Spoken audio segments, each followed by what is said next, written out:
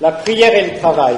Alors en fait, il y aurait deux parties dans mon topo.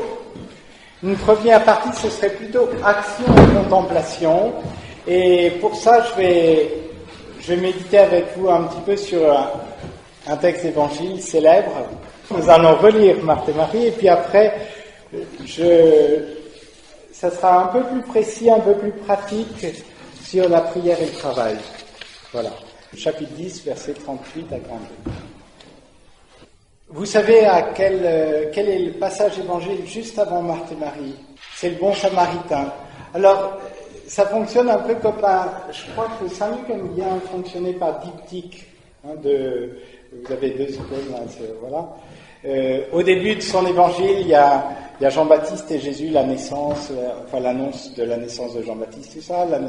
Et du coup, on voit les contrastes et tout ça, des deux. Et alors, juste avant, c'est le bon samaritain, c'est l'amour de Dieu et du prochain. Alors, du coup, ça aide à situer l'un vis-à-vis de l'autre. Et là, c'est Marthe et Marie, ça aide à situer aussi la prière et, on va dire, la contemplation, l'action.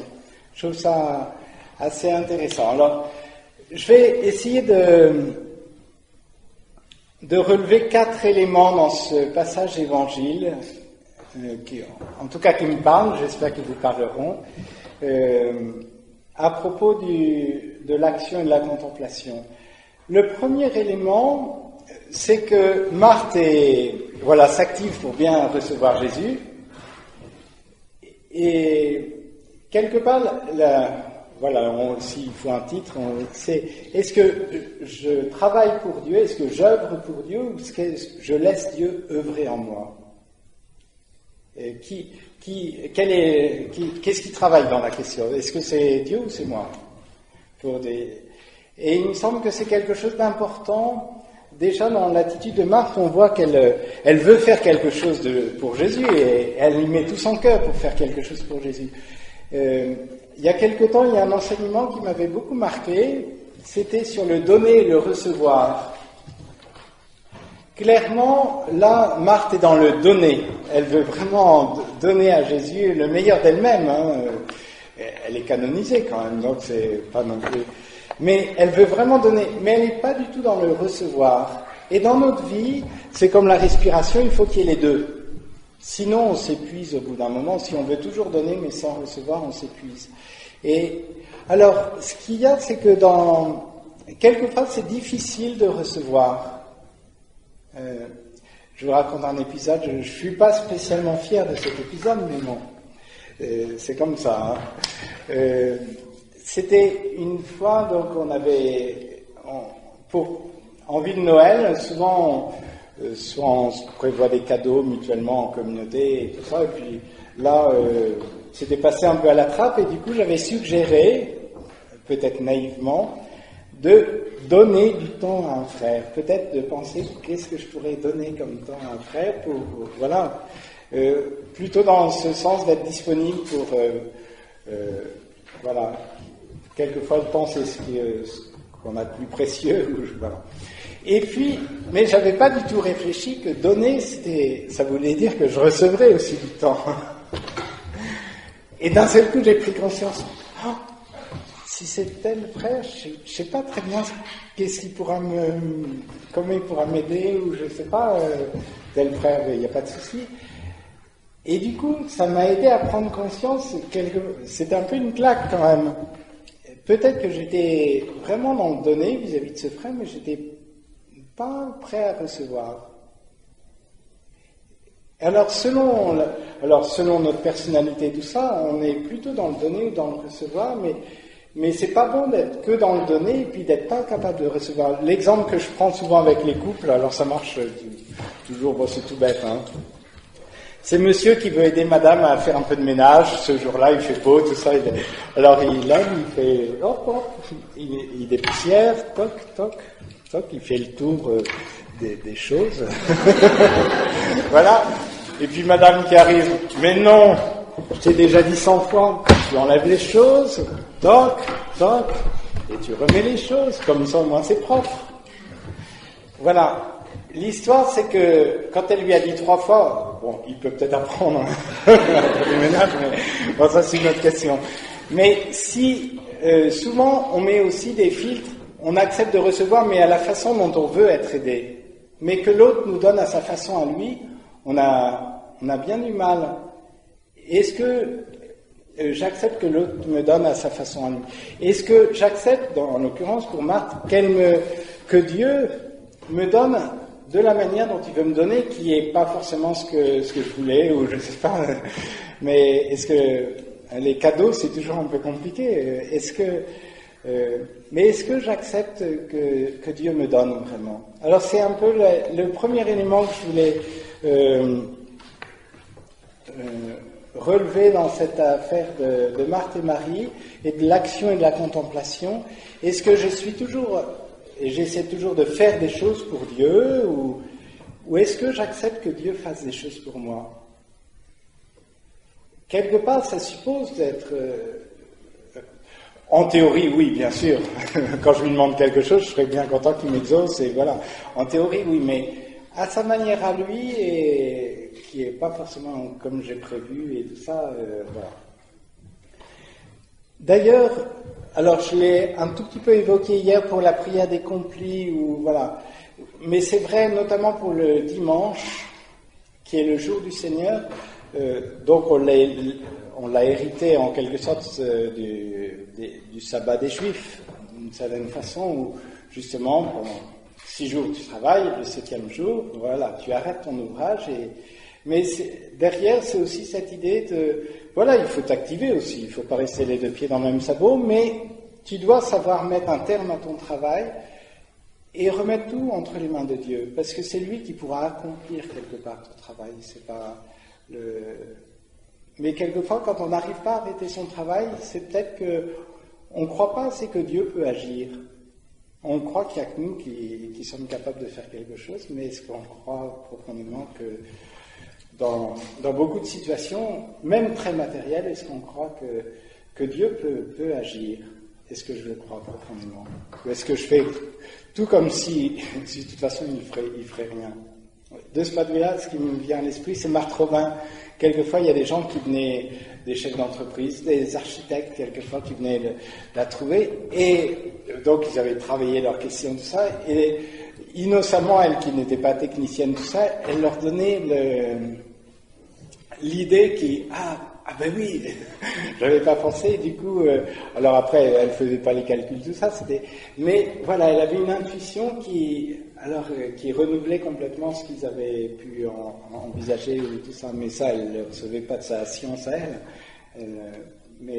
Et je crois que, y compris dans notre travail, le bon Dieu peut intervenir. Mais encore faut-il qu'on lui laisse la possibilité que... Voilà. Alors donc, c'est plus le donner et le recevoir. Est-ce que j'œuvre pour Dieu ou est-ce que je laisse la place à Dieu pour qu'il puisse œuvrer dans ma vie? Premier élément. Deuxième élément, c'est... donc, on imagine assez facilement la scène, enfin peut-être pas vous, hein, je ne sais pas. Donc, Marie est assise devant Jésus, et puis...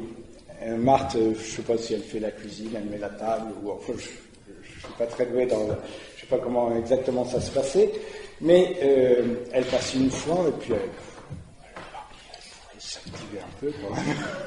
Bon, elle passe 2 fois, et puis petit à petit, la pression monte un peu. Puis au bout d'un moment, ça finit par exploser, mais entre-temps, ce petit jeu entre Marthe et Marie, on a en nous peut-être Marthe et Marie en nous. Et quelque part, il y a un côté qui nous culpabilise quand on prend du temps gratuit pour Dieu. On dit, mais il y a tellement de choses à faire, tout ça. Alors, il y a un peu cette lutte entre Marthe et Marie, on a une petite Marthe, une petite Marie en nous.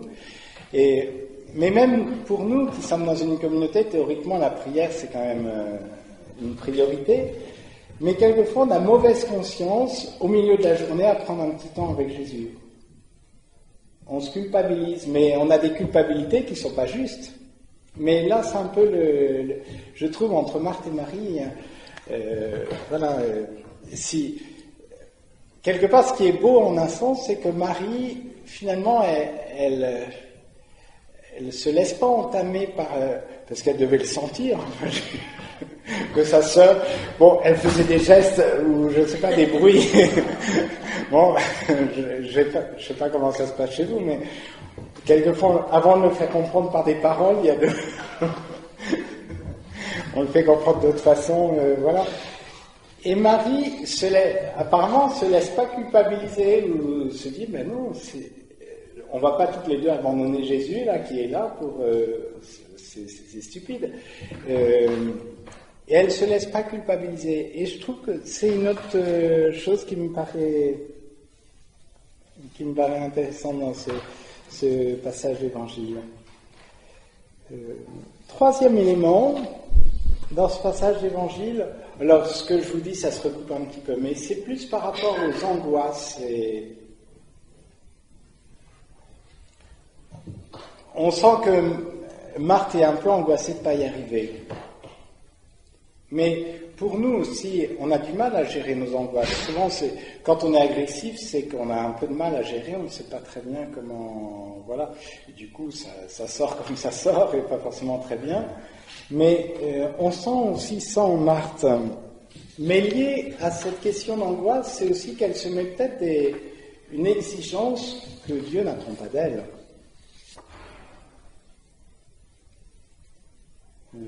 Dieu lui demandait peut-être pas d'en faire autant, mais peut-être d'être un peu plus disponible. Alors, pour nous aussi, ça peut être, c'est un bel exemple, je trouve, d'essayer de voir, est-ce que à un certain moment, je perds pas un peu le contrôle comme Marthe.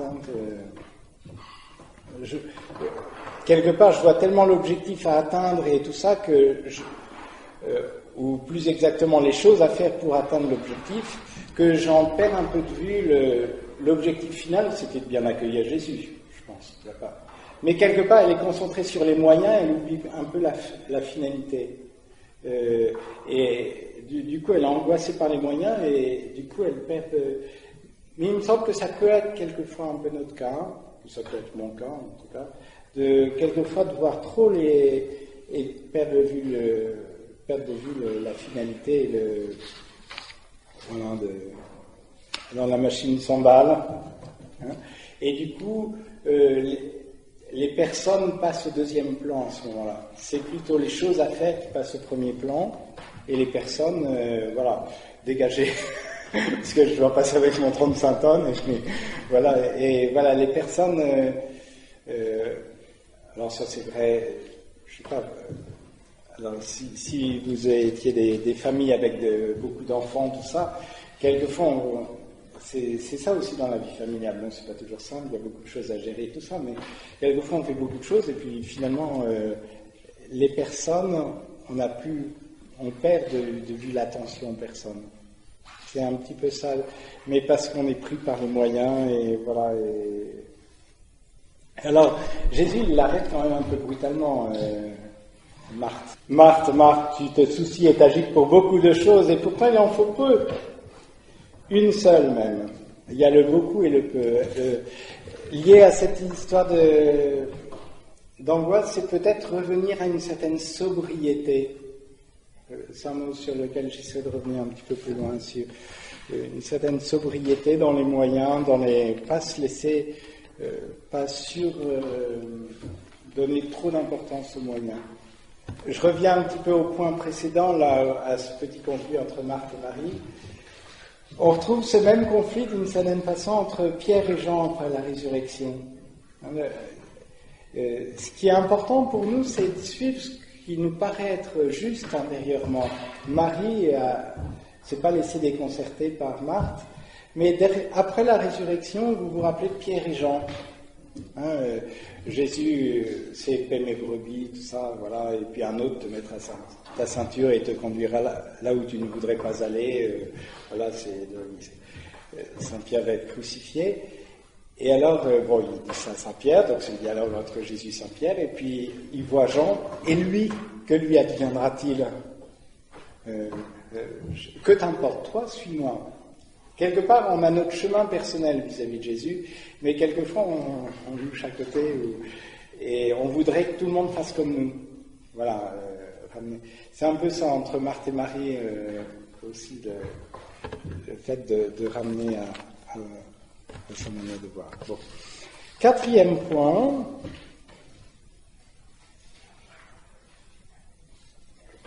Quatrième point, c'est justement la conclusion du passage, c'est Marie qui a choisi la meilleure part, elle ne lui sera pas enlevée. Alors pourquoi elle ne lui sera pas enlevée? C'est parce que la contemplation, c'est ce qu'on fera au ciel, tandis que l'action, on a... voilà.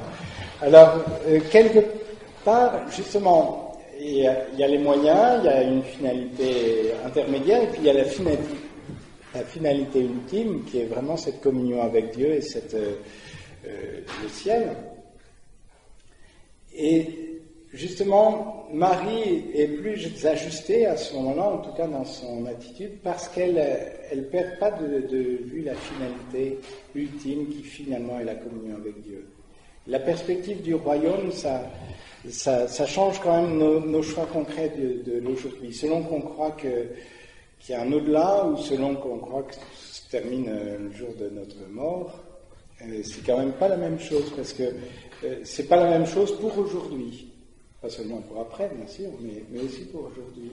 Parce que du coup, on ne prend pas les choix exactement de la même façon.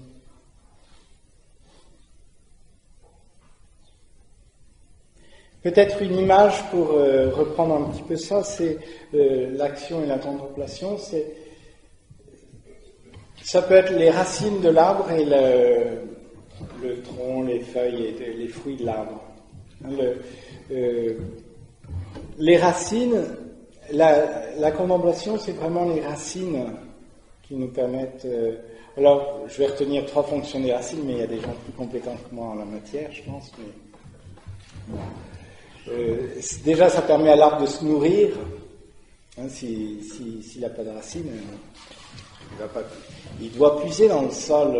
Voilà. Et la prière, ça nous permet de nous nourrir pour grandir, pour porter du fruit. Voilà. Il y a des grands saints. Saint Vincent de Paul, c'est un exemple parmi tant d'autres, mais il prenait toujours plusieurs heures de prière le matin. Mais après, c'était pas un inactif, hein, Saint Vincent de Paul. C'est clair. Mais voilà. Autre fonction aussi des racines, je pense, c'est pour hydrater, voilà. Surtout à la période où vont sortir les feuilles. Alors, c'est impressionnant ce qu'un arbre peut puiser comme eau, mais aussi pendant tout l'été pour pas se dessécher, tout ça, il a besoin de ça. Et nous, quelquefois, on peut se dessécher un peu dans notre vie spirituelle, tout ça, s'il n'y a pas la prière. Hein, on a pu grandir, déjà, mais aussi pour résister au vent, au soleil, tout ça qui dessèche. Hein, et quand on est dans le travail, tout ça, avec beaucoup de choses, il y a des choses qui sont assez desséchantes et on a besoin de ça pour... voilà. Et troisième fonction des racines, c'est pour tenir debout, hein, pour que l'arbre tienne debout, même quand il y a des tempêtes, quand il y a des... Voilà. Ben, l'arbre qui tient debout. Et nous aussi, quand il y a des vents contraires, quand il y a des événements qui secouent beaucoup, on a besoin d'avoir des racines d'autant plus profondes. Alors les racines, c'est pas ce qu'on voit hein, dans un arbre. C'est invisible. La prière, c'est pas forcément ce qui... C'est un côté assez caché, hein. Et ça demande beaucoup de foi, parce qu'on ne la mesure pas immédiatement, l'utilité de la prière, l'efficacité de la prière, quelquefois. On prie, on ne sent rien, on essaie de lutter contre les distractions, et puis voilà.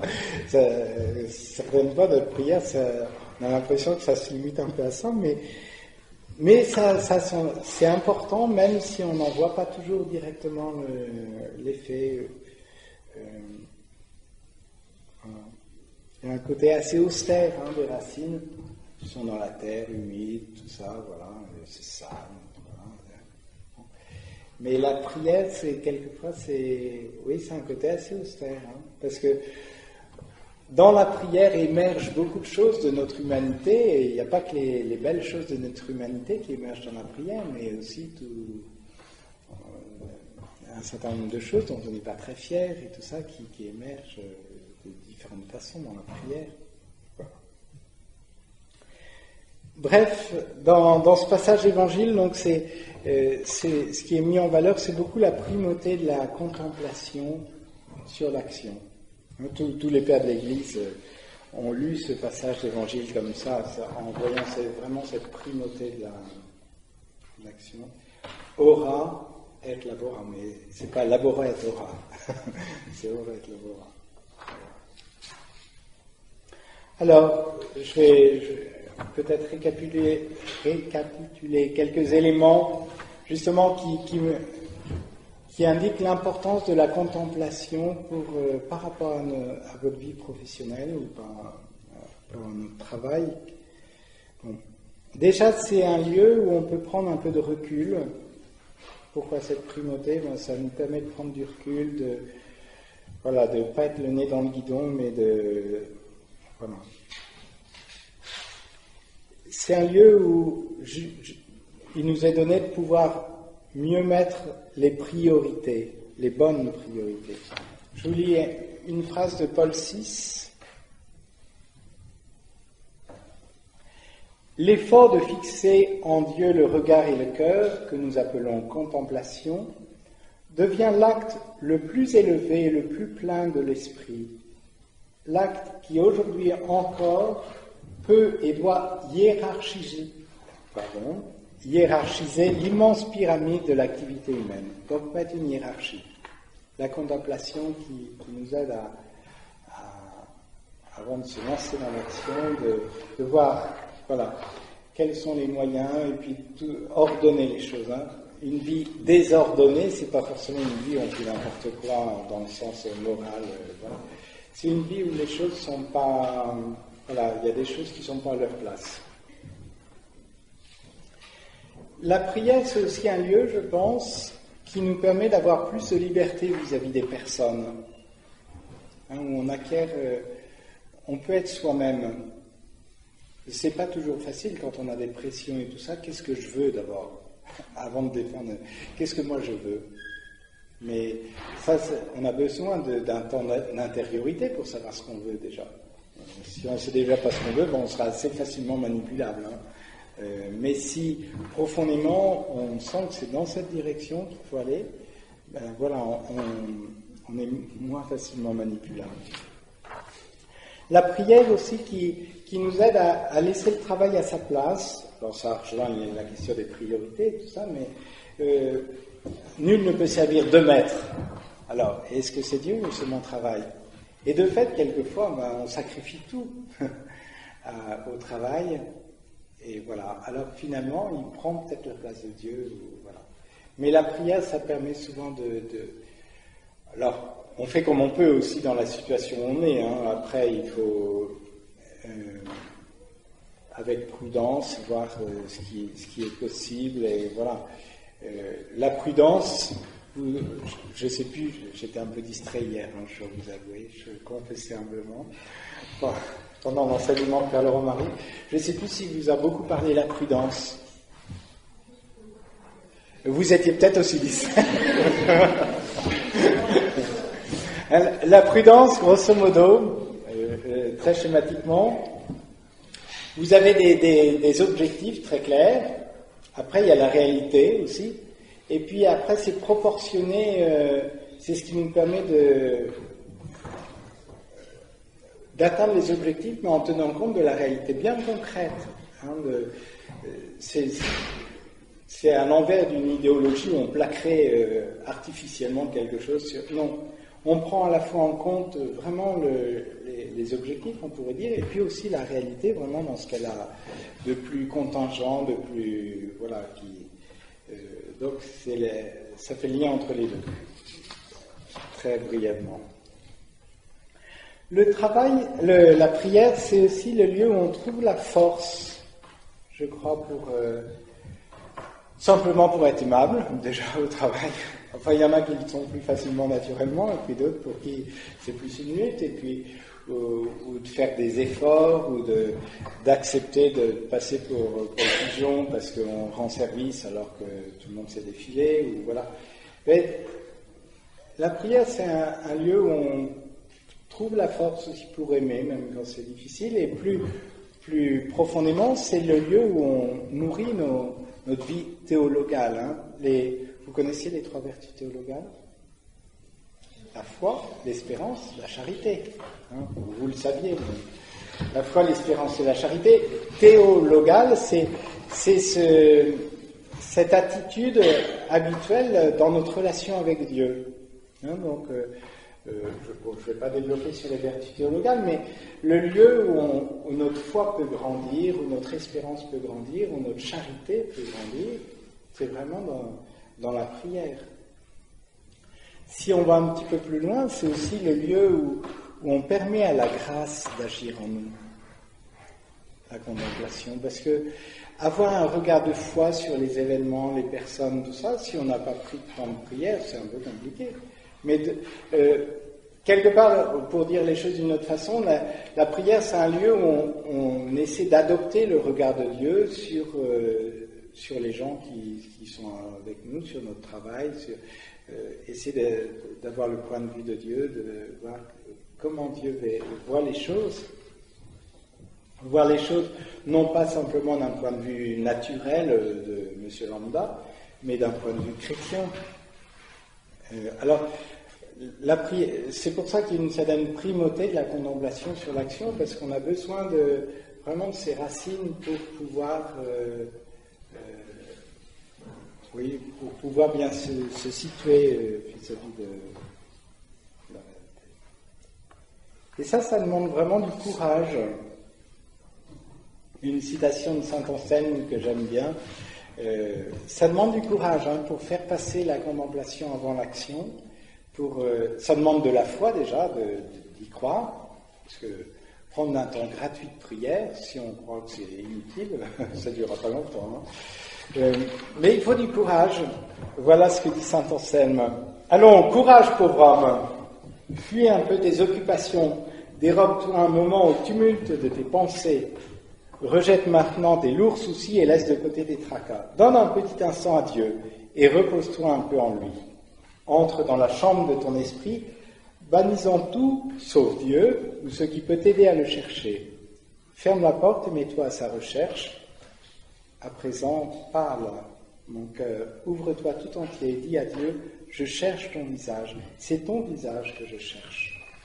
J'aime bien voilà, il faut avoir du courage pour entrer dans la contemplation, c'est pas spontané. Hein.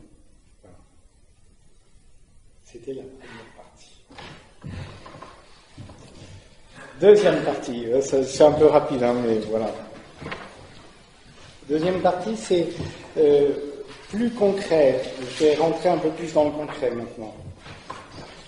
Même si c'est, j'espère, pas trop abstrait, mais voilà. Donc la prière, qu'est-ce que c'est que le cœur de la prière? C'est l'union à Dieu, on pourrait dire. Hein, c'est le cœur de la prière, c'est d'être uni à Dieu. Alors, on a besoin de temps plus explicitement dédié à la prière. Hein, c'est comme un couple qui dirait qu'il s'aime profondément, mais qui ne passe jamais de temps ensemble. Je dirais, à mon avis, il y a peut-être un petit problème.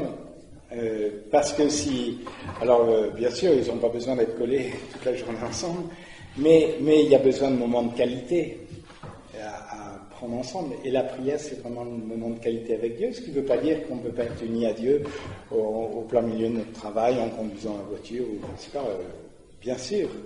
Mais ça appelle des temps explicites où vraiment on n'est là que pour l'autre. Il y a des attitudes plus masculines que féminines, mais quelquefois, alors avec les couples, c'est monsieur est en train d'écouter madame, il continue à tapoter sur son ordinateur, tout ça, mais elle n'est pas du tout satisfaite. Je ne sais pas pourquoi, d'ailleurs. Parce qu'elle a l'impression de ne pas être écoutée s'il ne lâche pas tout pour être présent. Mais le bon Dieu, c'est pas une femme, mais il aime bien qu'on lâche tout aussi pour être disponible pour lui, qu'on fasse pas deux choses en même temps. C'est l'histoire du jésuite, je ne sais plus. Est-ce qu'on peut fumer en priant? Non, mais tu peux prier en fumant. Mais quelque part, bien, il y a besoin de temps explicite. Après tous les autres moments, bien sûr, de les faire dans un esprit de prière, bien sûr. Mais il y a besoin de moments explicites pour Dieu. Voilà. Alors, mais pour revenir au cœur de la prière, c'est finalement être uni à Dieu. Et du coup, après, ça prend des formes diverses et variées. Alors, là, il y aura encore 3 points dans ce... Vous suivez, on est dans le grand B, on va l'appeler comme ça, et il y a 3 points. J'aime bien les chiffres, c'est un vieux reste. Voilà. C'est comment notre prière est présente dans notre vie. C'est plutôt justement sur ces temps explicites de prière. Alors, je vais un peu énumérer, ça sera un peu une énumération, mais on retravaillera tout ça cet après-midi. Je vais peut-être commencer par le repos dominical et le dimanche, c'est le jour du Seigneur. Voilà, un temps vraiment pour Dieu. Alors ça ne veut pas dire qu'on va être sur son prie-Dieu toute la journée du dimanche, mais de savoir dégager du temps pour Dieu. Voilà, le dimanche, et au cœur du dimanche, la messe dominicale, bien sûr. Après, il y a la prière le matin, le soir, il y a la lecture de la parole de Dieu. Quelquefois, on a l'impression que Dieu est silencieux, pourtant, il a pas mal parlé.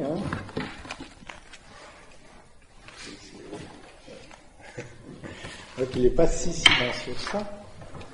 Bon, après, il y a le chapelet, il y a l'oraison, il y a le bénédicité avant les repas. Il y a plein de moments. Alors, dans certaines traditions, il y a beaucoup plus de petits moments de prière dans la journée. Après, c'est à vous de trouver ce qui vous convient, ce qui vous va bien. Je ne sais pas, en démarrant votre voiture, vous pouvez faire une petite prière. Alors, il y a besoin de moments un peu plus longs, mais aussi au long de notre journée, d'avoir des petits moments, des petites phrases, voilà, quand on voit quelque chose de beau, voilà. Ou ça peut être, on va avoir une réunion un peu compliquée, voilà, ça n'a pas besoin forcément d'être très long, mais il y a besoin de moments spécifiquement dédiés à ça, et puis après des petits moments qui jalonnent un peu notre journée, comme les grains de chapelet, là, un peu tout au long de la journée. Et puis il y a des moments, ce que vous avez vécu ce week-end, finalement, de prendre des temps de retraite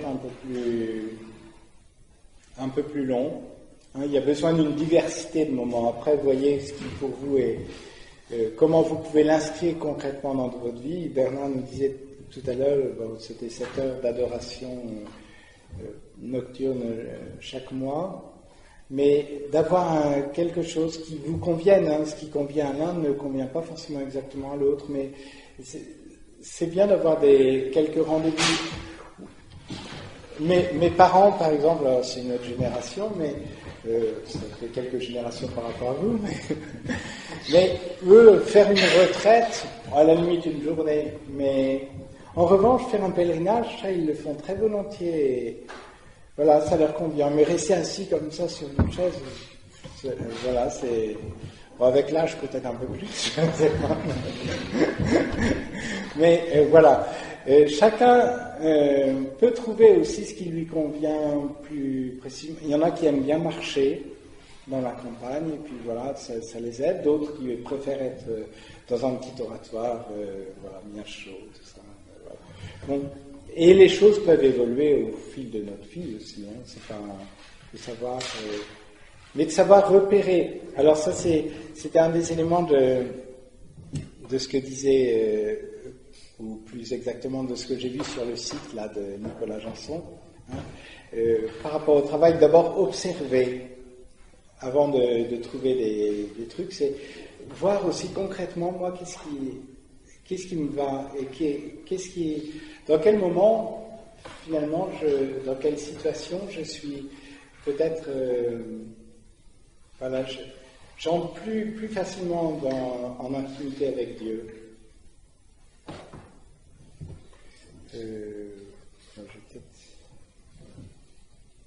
Oui, j'y reviendrai un peu plus tard à ça. Deuxième point, donc ça c'était la prière présente dans notre vie, de travail entre autres. Maintenant, comment notre travail est présent dans notre prière, ça c'est notre...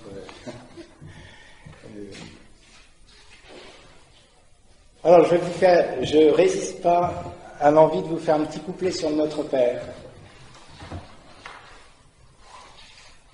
D'ailleurs, le Notre Père vient juste après le récit de Marthe et Marie, que nous avons entendu. Quelle est la question des disciples à Jésus? Alors, vous me donnerez la bonne version. Seigneur, apprends-nous une prière comme Jean en avait appris une à ses disciples. Première solution. Deuxième solution. Seigneur, apprends-nous à prier comme Jean l'a appris à ses disciples. Apprends-nous une prière ou apprends-nous à prier? Qu'est-ce qu'ils ont posé comme question? À prier. Et alors, quelle est la réponse de Jésus? Il enseigne une prière. Alors, à travers ça, c'est tout bête, mais Jésus n'a pas d'abord appris une prière, mais à travers cette prière, il apprend à prier. Et ça, c'est le modèle par excellence de toute prière chrétienne. Notre Père, si on veut savoir ce que c'est que la prière chrétienne, on lit Notre Père et puis ça nous donne des éléments. Il y a saint Thomas d'Aquin qui dit une chose très très intéressante, je trouve. Il dit, par cette prière, le Seigneur forme notre affectivité. Alors qu'est-ce que ça veut dire? Ça veut dire que dans Notre Père, il y a vraiment un ordre dans les choses. On ne dit pas délivre-nous du mal tout de suite parce qu'on est angoissé, tout ça. Non, c'est pas ça qui vient en premier. D'abord, on se tourne vers Dieu. On se descend de soi-même. Je sais plus, c'est peut-être le Père Manarange qui dit la prière, c'est pas se concentrer, la prière, c'est se décentrer. La prière chrétienne. Et la première chose, toute la première partie du Notre Père, c'est tu, et la deuxième partie, c'est nous. Hein? On voit que le premier, il y a deux grandes parties, hein. D'ailleurs qu'on retrouve plus ou moins dans le Je vous salue Marie, hein, de façon un peu analogue, mais d'abord on est tourné vers Dieu, et je pense que comment notre travail est présent dans notre prière, la première chose c'est peut-être de se décentrer de son travail. Avant de tout de suite attaquer, c'est peut-être prendre un petit peu de, savoir rencontrer Dieu. Sinon, on est toujours en train de cogiter sur les problèmes de notre travail, ou les joies du travail, bien sûr. Mais du coup, le premier pas, c'est un pas de décentrement, on pourrait dire.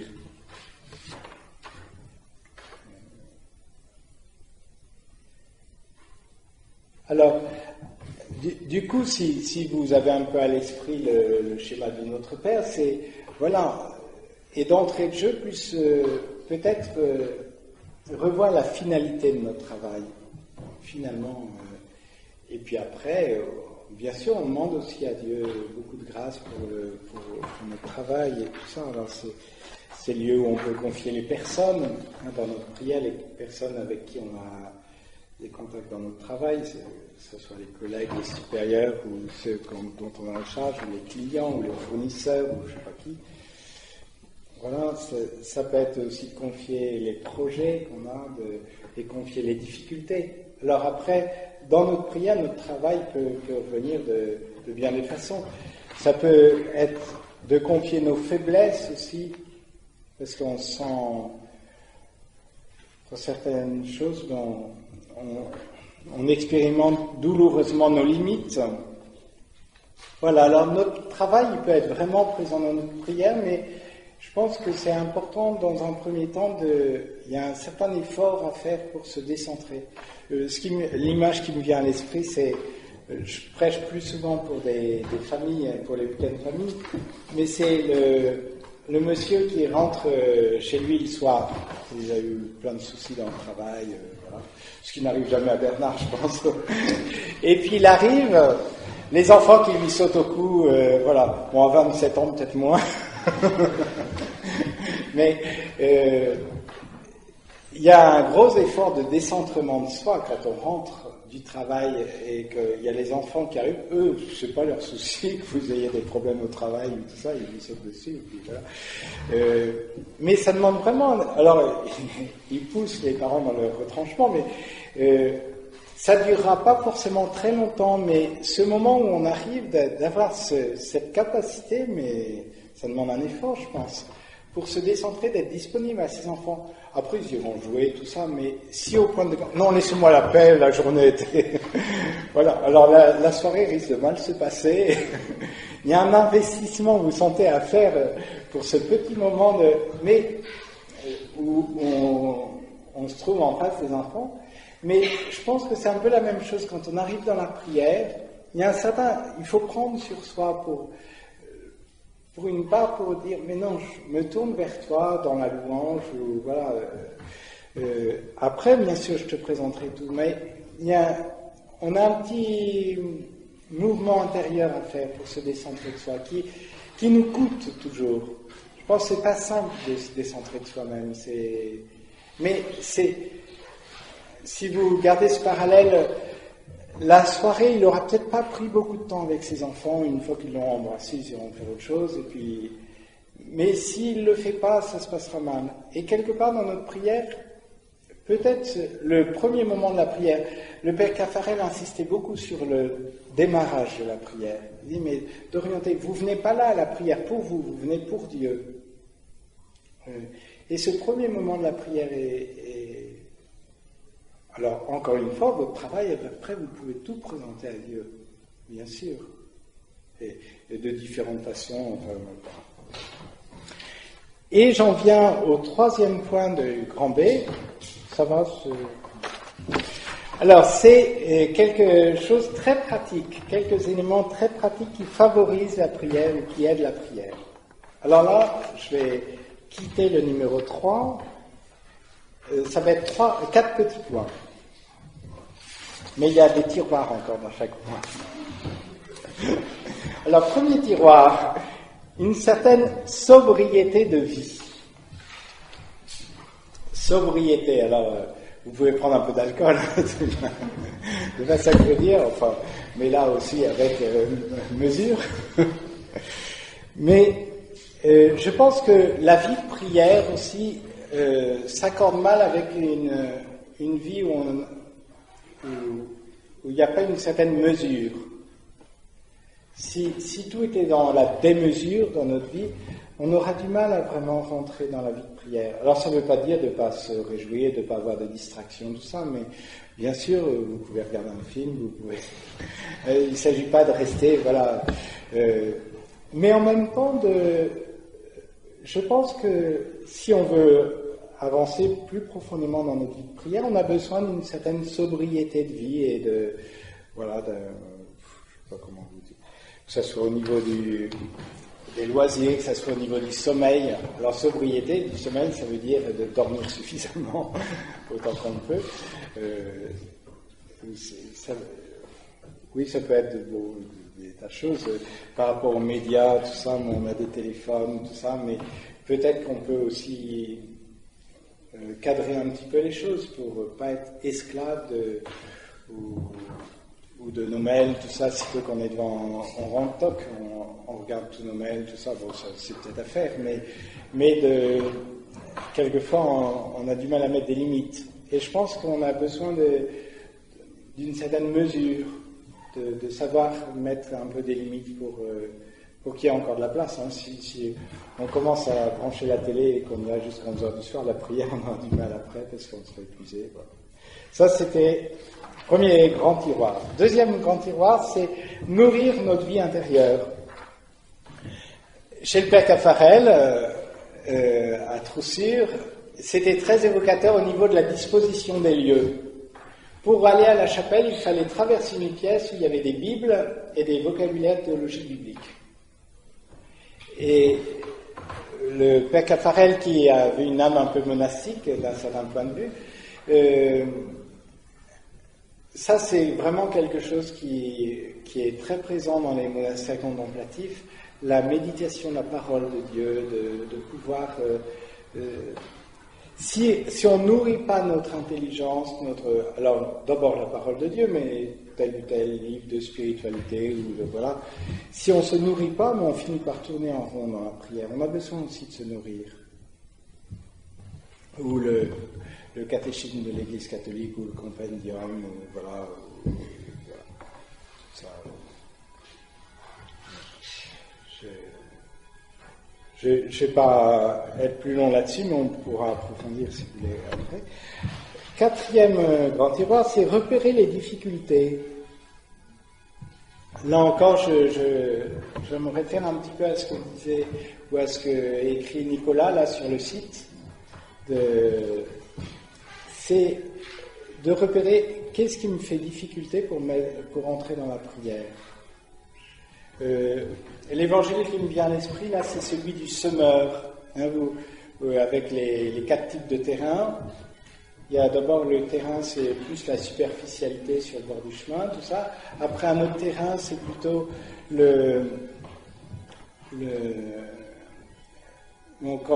sitôt qu'il y a un peu de souffrance qui survient, tout ça, voilà, on abandonne parce que c'est plus la question de la souffrance et voilà, les peurs et tout ça qu'on peut avoir.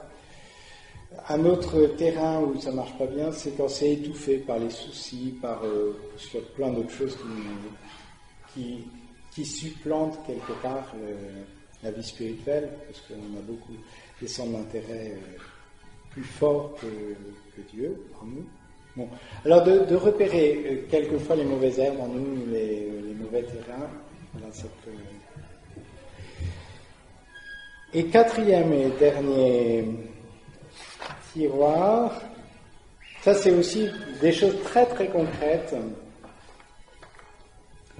là, qui prennent en compte vraiment notre individualité. Il y a des moments où on est plus disponible pour prier que d'autres. C'est bien de les repérer. Je pense à un monsieur, il a repéré, alors maintenant il fait oraison. Le soir, il allume une bougie, il est assis dans son lit. Il n'est pas allongé, parce que sinon le sommeil vient trop vite. Et là, il a une bougie devant son icône, et c'est le climat qui l'aide à entrer dans la prière, et qui l'aide à entrer vraiment dans une nuit qui passe avec Dieu d'une certaine façon. Mais bon, pour un autre, non. Il arrive dans son lit, il est raide mort, donc il dort, et puis voilà. Et il est plus disponible le matin, voilà. Mais de repérer, peut-être vous êtes peut-être plus à l'aise de prier dans une église gothique que dans une pièce carrée, aseptisée. Bon, après, je sais pas, mais d'avoir un point de prière, ou je sais pas, ou on parlait aussi d'avoir des petites icônes, voilà. Ce qui vous va à vous. Hein, mais on est en chair en os, on a besoin de choses qui nous aident, des signes sensibles. Alors, dans notre coin prière, mais ça peut être, alors Bernard nous disait, dans sa voiture, ça doit être un oratoire. Mais peut-être, tu passes peut-être plus de temps que chez toi, finalement, dans ta voiture, frère. Alors, du coup, peut-être le lieu... mais on a besoin de signes sensibles qui nous rappellent la présence de Dieu. Alors, ça peut être visuel, ça peut être auditif. Hein. Votre téléphone qui sonne, c'est l'Ave Maria, ou je sais pas. Je ne sais pas, après on a des tas de trucs techniques qui peuvent nous aider. Bon, ça remplace pas la prière, c'est juste des béquilles, mais bon, on fait comme on est, et puis voilà. Ça peut être aussi d'avoir son petit recueil de prières qu'on aime bien. Avoir des choses qui nous aident. Hein, ça peut être des choses très variées. D'avoir un chapelet dans sa poche, ou une médaille, ou qu'on embrasse en la mettant autour du cou. On a besoin de signes comme ça. Après, ou certains certains aussi, maintenant sur les téléphones, on peut recevoir l'évangile au quotidien, ou je sais pas, beaucoup d'autres choses. Voilà, c'est des petits moyens très très concrets où Voilà, il y a la retraite dans la ville, là, en ce moment, sur Internet. Il faut prendre... Certains aiment beaucoup le chant. Alors, puis, j'ai une lutte avec un des frères de la communauté. Moi, j'aime bien écouter des chants, musique religieuse. Lui, ça l'énerve. Alors, quand on va en voiture, soit on trouve un terrain d'entente, on arrive à voyager ensemble. Hein. Bon, on a des sensibilités différentes, alors chacun selon ce qu'on est, mais quelquefois les chants de Thésée ou tout ça, ça nous aide plutôt que de s'énerver dans les bouchons ou tout ça. Ou, là, ça peut être un lieu où si on écoute des enseignements sur un MP3 ou je sais pas. Après, on a des petits moyens techniques qui, encore une fois, ça remplace pas tout. Vous pouvez aussi écouter autre chose, c'est clair. Mais bon, ça peut être des petits moyens qui nous aident à être en présence de Dieu.